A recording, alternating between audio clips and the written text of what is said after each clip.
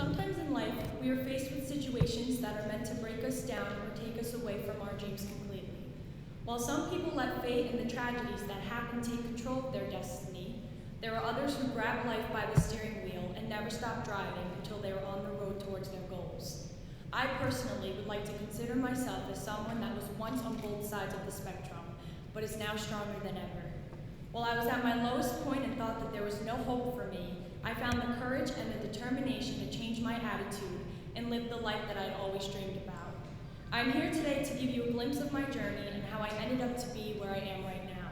But in order to give you a full insight, I must take you back to my high school years, and this is where it all began. Around my junior year of high school, just as I thought everything was starting to come together for me, it only took one day for my entire world to come crashing down, and for a domino effect of negative events to begin. It was during the afternoon of a quiet and chilly day where an unfamiliar and scary feeling began to take place. Tightness, burning, panic, and fear. These were the feelings that were occurring in my abdominal region, and these were the emotions that filled my head. I had hoped that this would be only a one-time occurrence, but as time progressed, I was wrong. Totaling to receiving help from about 4 separate doctors, being admitted into the hospital around 3 times per month, and going through the procedures of 6 colonoscopies and 4 endoscopies, it was a grueling 6 months. After waiting for the results to be processed, I was finally diagnosed with 4 stomach diseases, including esophagitis and acid reflux disease. As the news circled around my mind, I was in complete and utter shock. Is this real life? Can this be possible? Why was this happening to me? My mind could not get over the fact that I had to deal with all of these negatives, and I never thought that anything was going to get better for me. And for a long time, nothing did get better. But now let's fast forward time a little bit, and I would like to bring you all to the end of my senior year. I had finally reached the moment in which I would decide where I was going to be continuing my education. My heart was set on Montclair State University, and I was filled with joy because finally I was going to begin my life and be surrounded by a new and exciting atmosphere. After all of the struggles and painful days that I had experienced in high school, I was more than ready to be given a chance at happiness. However, when it came time to officially commit to the university, my life unexpectedly took yet another turn for the worse.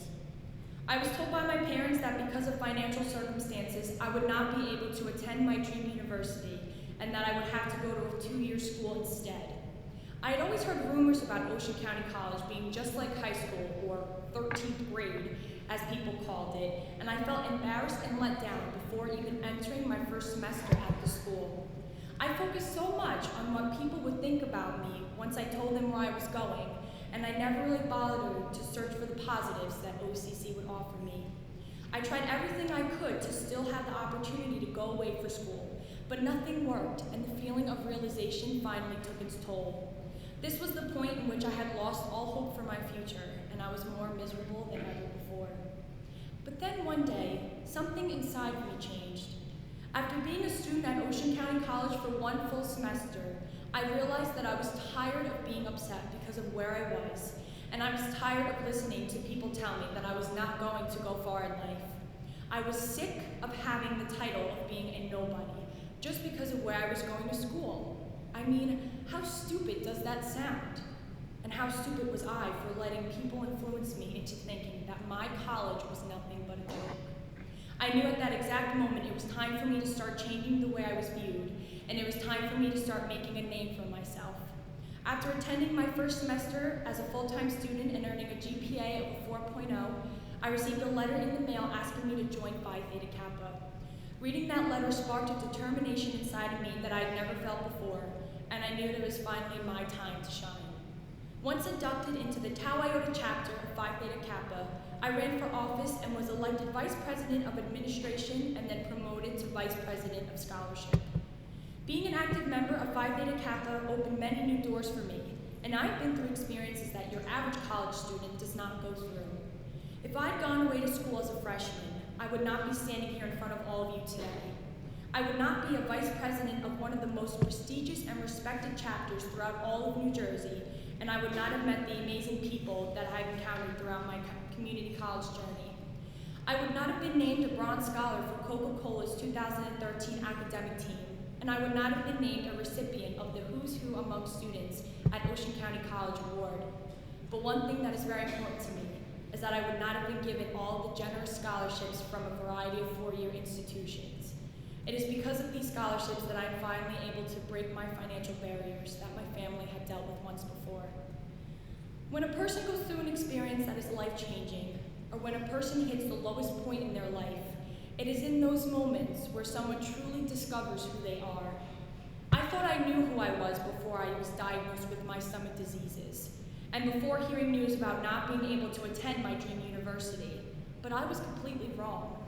The person I am today is the person that I have always been destined to be, and I would have never learned that without going through all of the downfalls that I have encountered.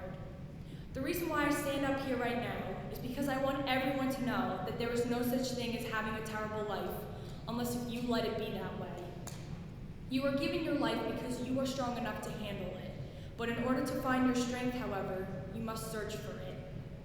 Looking back on everything now, and especially on the past 2 years, I am blessed that I was destined to go to Ocean County College, and I am blessed to be the person that I am today, with my diseases included and all. My struggles and my hardships are the factors that make my life the way that it currently is, and quite frankly, I am in love with the life that I live. Although I may have a strong and positive way of thinking, I did not end up this way alone. First, I must thank my parents.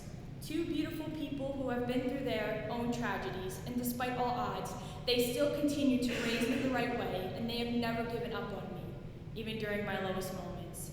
I would also like to thank Ocean County College and the Tau Iota chapter of Phi Theta Kappa, to Dr. Larson and all the advisors, especially the Rickards, and to my executive board.